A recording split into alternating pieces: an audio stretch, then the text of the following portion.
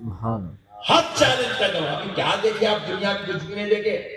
अब तो दुनिया का असल रुख अब शुरू हो रहा है, अब शुरू हो रहा है दुनिया का रुख। अब हम तो खैर शायद नहीं देख सकेंगे, लेकिन ये हमारे बच्चे जो बैठे हैं ना, ये बच्चे देखेंगे इंशाअल्लाह। ये जितनी कारें गाड़ियां जमीन पे चल रही ना, इससे ज्यादा गाड़ियां अब हवाओं में उड़ेंगी। अब आपको निजामाबाद से बोधन से निजामाबाद जाना है तो ऑटो में जाने की, कार में जाने की जरूरत नहीं पड़ेगी। एयर टैक्सी आएगी, एयर टैक्सी यहाँ आएंगी, यहाँ उतरेंगी, वो एयर टैक्सी यहाँ उतरेंगी, यहाँ से लोगों को बिठा लेंगी, 6 8 10 जनों को बिठा के यहाँ से लेके जाकर निजामाबाद में छोड़ेंगे, पैसे लेंगे उसका, ऑटो लिया ना लिया था नहीं। ऐसी टेक्नोलॉजी जमाने वाली है, जमाने के अंदर ऐसा माहौल बनने वाला है। अब तक आप जो है, एक दौर था हम टेप रिकॉर्ड देखे ना देखे, फिर पोर्टेबल टीवी देखे नहीं, सिनेमा थिएटर थे एक दौर में, वो सब खत्म हो गए। सिनेमा थिएटर भी चलने लग गए, टेप रिकॉर्ड भी चलने लग गया, रेडियो भी चलने लग गया, पेजर भी चलने लग गया, वो बटनों के मोबाइल चलने लग गया। नई टेक्नोलॉजी आ गई, एंड्रॉइड फोन। अब थोड़े दिन क्या देखेंगे, ये फोन भी खत्म हो जाएगा, सब खत्म हो जाएगा, फोन सब खत्म। इतनी टेक्नोलॉजी डेवलप होने वाली है कि इंसान जिससे चाहा इरादा करा, एक छोटी चीप रहेगी, बस इतनी चीप, कहीं तो भी नहीं जेब में रख लेगा ऐसा, वो चीप उसको पूरी दुनिया से कनेक्ट करती चली जाएंगी, पूरी दुनिया से कनेक्ट करती चली जाएंगी। सिर्फ इतनी चीप मोबाइल इतना बड़ा जो लेके फिर खत्म, कचरे के डब्बे में डालने का वक्त आएगा उसका। चीप रहेगी, बस एक चीप, वो चीप अब जेब में रख लो, पूरी दुनिया से कनेक्ट करती चले जाएंगे आप। ऐसी टेक्नोलॉजी दुनिया में निकल रही है, वो सारी चीजों का चैलेंजेस का जवाब कुरान दे रहा है। मगर सुनो मुसलमानों, जब अल्लाह ने वैसे चैलेंजेस का जवाब बनाकर जिस कुरान को नाजिल किया, वो कुरान जब उतरा, पहली आयत आई, तो अल्लाह ने उन आयात में ना नमाज का जिक्र किया, ना रोजे का जिक्र किया, ना हज का जिक्र किया, ना ज़कात का जिक्र किया, ना काबे का जिक्र किया, ना इबादत का जिक्र, ना तक़वे का जिक्र। अल्लाह ने उन आयात में ना जिहाद का जिक्र, ना उन आयात में जंगों का जिक्र। अल्लाह ने जब कुरान की पहली आयत भेजी, ना खाने का जिक्र, ना पीने का जिक्र, ना जमीन का जिक्र, ना आसमान का, ना फरिश्तों का, ना जिन्नात का। अल्लाह ने सबसे पहले जिसके ऊपर जिस मुद्दे पे बात की, कुरान भेजा, तो अल्लाह ने कहा इक़रा, पढ़िए। पहली आयत को अल्लाह ने इल्म से मुताल्लिक़ मुनव्वर करके दुनिया में नाज़िल फरमाया। सुभान अल्लाह, सुभान अल्लाह। इल्म से मुताल्लिक़ भेजा, क्योंकि अल्लाह चाहता था कुरान के पढ़ने वाले नमाज पढ़ने से पहले इल्म सीख ले। इसीलिए देखो अल्लाह चाहता था बड़ा बंदा रोजा बाद में रखे, इल्म पहले हासिल करे, ज़कात बाद में दे, पहले इल्म सीखे, माँ बाप की खिदमत के फराइज बाद में अंजाम दे, पहले इल्म सीखे, मस्जिद मदरसा मस्जिद को जाने बाद में सीखे, इल्म पहले सीखे। अब ईमानदारी से बोलो, अल्लाह को हाजिर नाज़िर जान के बोलो, समझो दीन के मिजाज को। नमाज कब फर्ज होती है? 15 साल का, बोलो ना जरा बोलो भाई। 7 साल में फर्ज होती, भागे बोले कब फर्ज होती? 7 साल तो जाओ मेरे मस्जिद को, 10 साल में नहीं पढ़ा तो मार के भेजो बोले, मगर नमाज फर्ज नहीं इसके ऊपर। बालिग हुआ तो नमाज फर्ज होती है। अक्सर होता है इसका बच्चे 14 साल 15 साल में बालिग होने में नमाज फर्ज है, 14 साल 15 साल की उम्र में नमाज फर्ज होती, मगर मम्मी पापा बोलते फर्ज हो जाता है।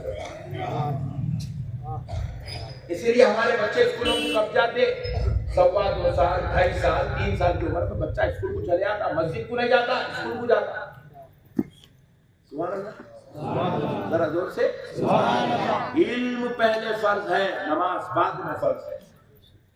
बालिग हुआ तो रोजा फर्ज है, लेकिन इल्म जुबान संभालते समझ आ गई, ये मम्मी है, ये पापा है, ये दादी है, ये दादी है, चलो स्कूल को जाओ, अक्ल आने से पहले इल्म उसके ऊपर सीखना फर्ज हो जाता है। मसलन समझो मुसलमान, समझदारी का नाम है दीन। अल्लाह ने कहा मेरी इबादत बाद में कर मेरे बंदे, पहले तो इल्म हासिल कर ले। 10th क्लास का बच्चा 10th का एग्जाम कब लिखता साहब? मैं स्कूल का डायरेक्टर हूं। बच्चा 10th क्लास का एग्जाम लिखता 14 साल की उम्र में। बालिग होने से पहले उसको एसएससी तक पढ़ा देना पूरा इस्लाम, एसएससी तक पढ़ा देना बालिग होने से पहले, उसको 10th क्लास करा देना बच्चों को बालिग होने से पहले। अब ये बच्चा देखो आप हाफिज कुरान बन गया, क्या उम्र है? 12 साल 13 साल, बालिग नहीं हुआ, हाफिज कुरान बन गया। अल्लाह इसको पहले आलिम बनाया, बाद में कौम का इमाम बना रहा। सुभान अल्लाह। अल्लाह इसको पहले हाफिज कुरान बना रहा है, बाद में इसको मुसल्ला चढ़ा। मेरा बच्चा हाफिज कुरान बना 11 साल की उम्र। मैं पूरी दुनिया को कौम को मस्जिद को बुलाने वाला, मैं मेरे बच्चे को लेके जाके मस्जिद में इमामत के मुसल्ले पे नहीं खड़ा कर सका, क्योंकि मेरा बच्चा बालिग नहीं हुआ, हाफिज कुरान बन गया, इल्मी मसाइल बयान करने लगा, दीन बयान करने लगा है। अल्लाह ताला बतलाता है मेरे बंदो, पहले इल्म सीखो, बाद में मस्जिदों को, पहले इल्म सीखो, बाद में माँ बाप के फराइज अंजाम दो, पहले इल्म सीखो, बाद में रोजा रखो, पहले इल्म सीखो, बाद में ज़कात दो, पहले इल्म वाले बनो। और हमारी ये उम्र हम तबाह कर रहे हैं, हमारी नस्लों को याद रखो। ये बच्चा हाफिज कुरान बना, इसमें इसका कोई इसके ऊपर 1 रुपए का क्रेडिट नहीं है। मैं जब अगर मेरे पास बच्चे हाफिज कुरान बनेंगे ना, तो बच्चों को दस्तारबंदी नहीं करूंगा, उसके अम्मा को उसके बाप को दस्तारबंदी करूंगा। इनके माँ बाप लाके डाले ये बच्चा हाफिज कुरान बना, इसके अब्बा भी इसको 5 डब्बे के ऊपर लेके जाते हैं, तरकारी बेचने लेके जाते हैं, कलेजी गुर्दे बेचने लेके जाते हैं। इसके अब्बा भी इसको जो है चल रे मेरे साथ चल, तो आज पालक की भाजी बेचना है, मेरे पालक की भाजी बेचता था। देखो मेरा प्यार लड्डू की कच्चा, देखो छबू मामा मैं प्रीफर लगाने का बैठा हुआ।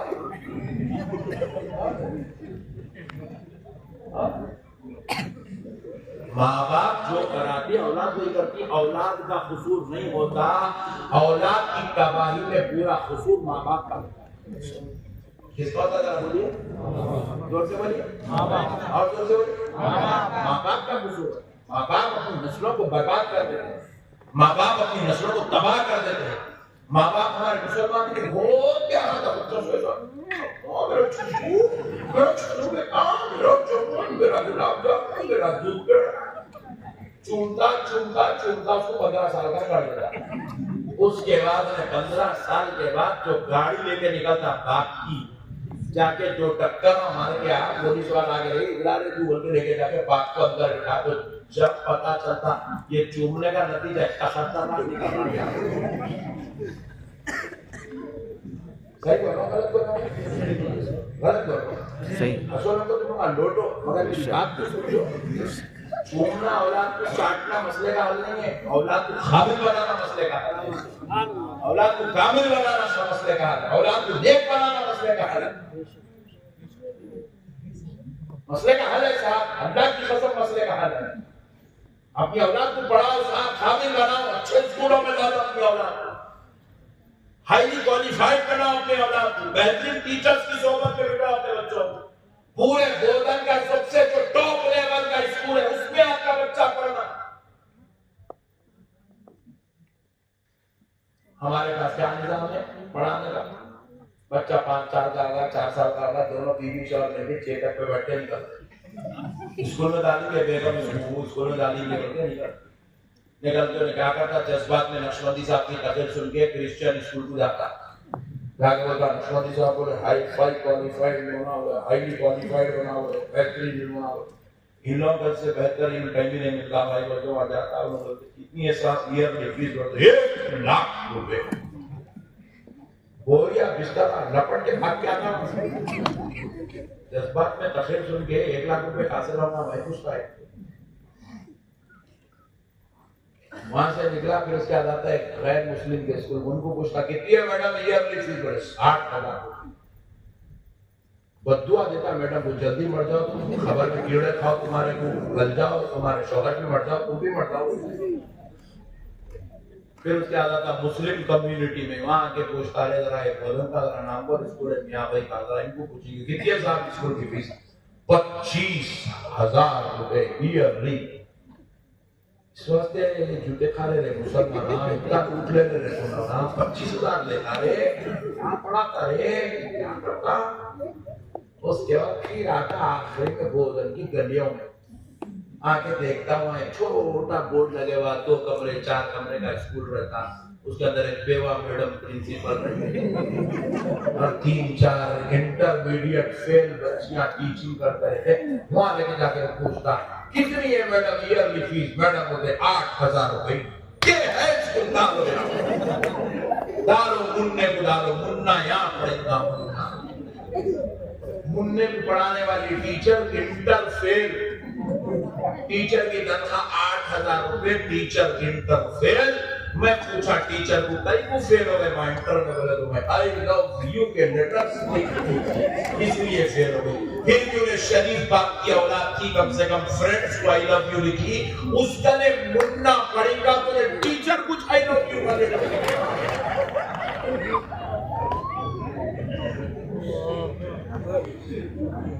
सही सूरत बता रहा हूं मैं आपको, आप हंसने की जरूरत नहीं, खून के आंसू रो रहा हूं मैं, ये हालात देखे ईसाई स्कूलों में लेके जाते कैलकुलेट आ रहा है ठहर के मुझे बता तो तू बैठ के मुझे बसता उन्हें तेरे जीन के मुताबिक उन्हें कहीं कुछ सिखाएंगे आगे उन्हें ठहर के मुझे तो बैठ के मुझे बोलता उनका नहीं एजुकेशन है। आप पढ़ा रहे English math science social zoology biology, इनसे दो दीन अपने उलमा से सीखो, अंग्रेजों से दीन मत सीखो, अंग्रेजों से इल्म सीखो, अंग्रेजी सीखो, साइंस सीखो, क्योंकि ये लोग उसके एक्सपर्ट होते हैं।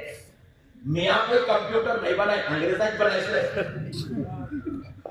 लैपटॉप बनाने वाले का नाम अब्दुल जमाल अब्दुल खालिद नहीं है, लैपटॉप बनाने वाले का नाम जॉन है, जॉन। तो तुमको लैपटॉप की नॉलेज जॉन से ही लेना पड़ता। तुम बोलेंगे नहीं मैं मौलाना नक्शबंदी साहब करने जाके कंप्यूटर सीखूंगा, फांसी डाल देते वो उनकी इजाजत करना है। साइंस पे तरह से उन्होंने कर रहे हैं, साइंस पे बैठे उन्होंने कर रहे हैं, सोशियोलॉजी सब्जेक्ट उन्होंने बना रहे, ऑक्सफोर्ड यूनिवर्सिटी उनकी है, तो इंग्लिश उनसे ही सीखना पड़ेगा, जिनकी जो जुबान है उनसे सीखना पड़ेगा। अजीब और गरीब फलसफा बना के रखे मुसलमान। मेरे प्यारे भाइयों, अल्लाह का वास्ता समझो दीन को। रसूल अल्लाह सल्लल्लाहु अलैहि वसल्लम को फरमाया अगर तुम्हें इल्म चीन में मिल रहा हो तो तुम चीन तक जाओ, वहां जाके इल्म हासिल करो। सरकार की नजर कैसी थी जब वो जमाने में चीन का जिक्र करे, आज चीन पूरी दुनिया पे कब्जा करके बैठा है। पूरे हिंदुस्तान के अंदर बैतुल खला का मग भी बिक रहा तो चीन का बना हुआ है। बड़े बड़े कारा बना दिए, रॉबर्ट्स बना दिए, प्लास्टिक की दुनिया की सरदारी कर रहा, पूरी दुनिया के अंदर अपना कब्जा मार के बैठा है। हुजूर उस जमाने में बोले इन लोगों की अकलों का इनके बारे में हुजूर जानते क्या है मेरे भाई। आप मसाइल समझे मेरे भाई, हम लोग खास मुसलमान गालियां देना सीखे, चबूतरों पर बैठना है, आज भी मेरे ख्याल बैठो अल्लाह मेरे ख्याल हमेशा चबूतरा आबाद कर रहे हैं। हाँ चबूतरा छोड़ेंगे मुसलमान, चबूतरा हम बोलेंगे मुसलमान की पहचान चबूतरा। क्या करेंगे हम लोग, सुना सुनो सुनो याद है उधर ना कर दिया वो बादवा के पट्टे ऊपर चढ़ के बैठ गए। आप मसले को समझो, दीन को समझो। अल्लाह ताला क्या कर रहा है, अल्लाह ताला हमको तैयार कर दुनिया। अल्लाह ताला फरमाए उखरिजत लिन्नास तअमुरून बिल मारूफ व तनहून अनिल मुनकर। हमने तुमको भेजा है दुनिया में लोगों को नेकी की दावत देने के लिए और बुराई से रोकने के लिए। नेकी की दावत देना, बुराई से नेकी की दावत देना, बुराई से कब रोकेंगे, कब दावत देंगे, जब अपने पास इल्म रहेगा तो दावत देंगे ना। जब अपने को खुद नेकी क्या है नहीं मालूम है, खैर क्या है नहीं मालूम है, अपने को वजू के मसले नहीं मालूम, फायदा नहीं मालूम, नुकसान नहीं मालूम, अल्लाह नहीं मालूम, रसूल नहीं मालूम, दीन नहीं मालूम, कुरान नहीं मालूम, हदीस नहीं मालूम, हमारे पास कुछ नॉलेज नहीं है, हम कुछ जीरो पाशा है, तो हम क्या दुनिया को नेकी की दावत देंगे। नेकी की दावत वो आदमी दे सकता है जिसका सीना इल्म से मुनव्वर हो। बुराई से वो रोक सकता है जो खुद बुराई को, अच्छाई को समझा हुआ हो। हम तो समझे, हम दीन जानते हैं, अल्लाह का दीन नहीं जानते, इस्लाम नहीं जानते। और खास बात क्या है, अल्लाह ताला ने इल्म को क्या किया? कोई आसमान के बारे में पढ़ने का नाम इल्म नहीं है। अल्लाह ताला ने बोला जन्नत के बागात में पढ़ने का नाम ही है, हूरों के बारे में पढ़ने का नाम इल्म है, जिन्नात के बारे में पढ़ने का नाम इल्म नहीं। अल्लाह ने बनाया। आपको जिन के बारे में पढ़ना नहीं है, हूर के बारे में पढ़ना नहीं है, बागात के बारे में पढ़ना नहीं है, चांद के बारे में पढ़ना नहीं है, सूरज के बारे में पढ़ना नहीं है। फिर इल्म किसको बनाया? रोजमर्रा जिंदगी में जो कर रहे हैं उसके बारे में पढ़ने का नाम अल्लाह ने इल्म रखा है। नमाज के बारे में पढ़ने का नाम इल्म है, रमजान के बारे में पढ़ने का नाम इल्म है, रोजे के बारे में पढ़ने का नाम इल्म है, माँ बाप के हुस्न सुलूक के बारे में पढ़ने का नाम इल्म है, बीवी बच्चों के हुकूक के बारे में पढ़ने का नाम है, हलाल और हराम, जायज और नाजायज, लेना देना, आना जाना, खाना पीना, उठना बैठना, चलना फिरना, सोना जागना, इसके बारे में जानने का नाम अल्लाह ने इल्म रखा है। जो रोजाना कर रहे हैं, खाली उसको कैसा करना कैसा नहीं करना इतना समझ के तो आलिम बन जाए, इतना ही आलिम बन करेंगे पूरे काम, मगर सीखेंगे कुछ भी नहीं। गुस्ल तो करना ही करना है। गुस्ल के मसाइल क्या है, फराइज क्या है, वाजिबात क्या है, कब करना, कौन करना, कैसा करना, कैसे करना, इतना सीख लिया तो आलिम बन जाए। पूरी जिंदगी भर गुस्ल कर रहा, बाद लोगों तो बीमारी है रोजाना नहाने की, मगर फिर भी उन्हें गुस्ल के मसाइल नहीं सीखा। ये तो मुसलमानों का बहुत बड़ा मसला है। कारोबार करना है, बगैर कारोबार करे किसी की जिंदगी नहीं चलती, मगर कारोबार करने का तरीका क्या है, जायज क्या है, नाजायज क्या है, हराम क्या है, हलाल क्या है, क्या देना क्या नहीं देना, कौन करना कौन नहीं करना, इसके तरीके क्या है, सुन्नत क्या है, फर्ज क्या है, इसी को जानने का नाम इल्म है। कारोबार पूरे कर रहे हैं मगर उसके तरीके नहीं सीख रहे, इसलिए जाहिल हो जा रहा। हराम हलाल की तमीज नहीं रहे, जायज नाजायज की तमीज नहीं रही, अच्छे बुरे की तमीज नहीं रहे। इसलिए मुसलमानों, अल्लाह का वास्ता दीन को समझो। अल्लाह रब्बुल इज्जत ने हमारे ऊपर इल्म का हासिल करना फर्ज किया है। क्या फरमाया रसूल अल्लाह ने? तलबुल इल्मी फरीज़तुन अला कुल्ली मुस्लिमिन व मुस्लिमतिन।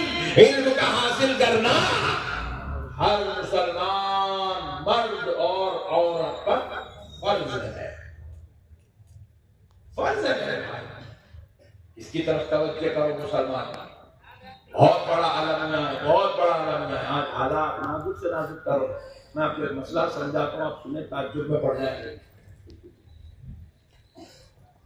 गुज़िश्ता चंद दिन पहले उत्तर प्रदेश गवर्नमेंट की तरफ से मदरसा बोर्ड के मामलात में कुछ इख्तिलाफ हुआ। मदरसा बोर्ड की तरफ से वहां पे हजारों लाखों उलमा को, असातिज़ा को, टीचर्स को सैलरी दी जाती है गवर्नमेंट से। गवर्नमेंट से सैलरी मिलती है, फंड होता है, बाकायदा तौर पे मदरसों को, हॉस्टल्स को वगैरह वगैरह को उत्तर प्रदेश में फंड दिए जाते हैं। अब जैसे यहाँ मदरसा चला रहे सुल्तान साहब, यहाँ कोई फंड गवर्नमेंट की तरफ से नहीं है, मौलाना सुल्तान साहब को कोई गवर्नमेंट तनख्वाह नहीं देगी, लेकिन वहाँ ऐसा माहौल है, वहाँ पर जो उनकी पिछली गवर्नमेंट थी उन लोगों ने ये निजाम बनाया था कि गवर्नमेंट की तरफ से सैलरी दी जाएगी मदरसा बोर्ड को, और उनके मदरसे की जो इमदाद होगी वो गवर्नमेंट पे करेगी। तो उसमें करोड़ों रुपए का बजट खर्च होता है, करोड़ों रुपए। तो इस बार की जो गवर्नमेंट है उन्होंने चाहा कि ये फंडिंग को बंद किया जाए। तो जब ये मसला दरपेश हुआ, इख्तिलाफ हुआ मदरसा बोर्ड में और गवर्नमेंट में, जब टेंशन हुई, तो उसके लिए मदरसा बोर्ड के तमाम मुस्लिम सैलरी लेने वाले उलमा, टीचर्स और जो है अच्छे अच्छे कारकारी मुसलमान क्या करें मालूम, कोर्ट को गए। तो कोर्ट को गए तो कोर्ट को जाने का इसके कौन होना, वकील होना। हजारों मुसलमानों की जिंदगियों का मसला तो भी आ गया, गए कोर्ट को। तो किसको लेके गए साहब कोर्ट को गए? तो आप यकीन नहीं मानेंगे, तकरीबन 40 लाख मुसलमान उत्तर प्रदेश के अंदर एक मुसलमान वकील वो लेवल का नहीं है उनके पास। अपना मसला अपने हक के लिए जब उन्होंने कोर्ट का दरवाजा खटखटाया तो उस वक्त उनको मुसलमान वकील नहीं मिला, तो बेचारे गैर मुसलमान वकील साहब मिले, उनको करोड़ों रुपए की फीस पे करके एक गैर मुस्लिम को अपना रहबर अपना लीडर बनाकर लगा कोर्ट में। अच्छा वो बेचारा ईमानदारी से केस लड़ के मुसलमानों को जिताया। इतनी बुरी हालत है, हम अपने मसाइल के लिए एक वकील तक हम अपनी पूरी मिल्लत के अंदर पैदा नहीं कर सके। एक वकील नहीं पैदा कर सके साहब पूरी मिल्लत के अंदर एक वकील। आप अंदाजा कीजिए क्या हालात से गुजर रहा है मुसलमान, कितना बद से बदतर हो गया है मुसलमान। फिर उनके बच्चों को आप देखो, गोदन की क्या देख रहा, सर्वे कर लो कल गोदन का, बड़े बड़े बड़े लिखे मायनाज लोग गोदन के अंदर उनके बच्चे, हमारे बच्चे भी 1500 रुपए 500 रुपए 200 रुपए 400 रुपए रोजाना कमाने वाले, डेली बेसिस पे जिंदगी गुजारने वाले। अल्लाह का वास्ता मुसलमानों अपने बच्चों को पढ़ाओ, खाली बनाओ अपने बच्चों। अपने बच्चों के हाथ में सिगरेट मत दो, बच्चों के हाथ में गुटखे मत दो, बच्चों के हाथ में जो है फोन मत दो, गेम जोन मत दो, टीवियां मत दो, रिमोट मत दो। अपने बच्चों के हाथ में अगर तुम वाकई सच्चे बाप को अपनी औलाद से सच्ची मोहब्बत करते हो, अपने एक बच्चे के हाथ में साइंस मैथ सोशल इंग्लिश की किताब दो, तो दूसरे हाथ में कुरान हदीस और फिक़ह अपने बच्चों के हाथ में।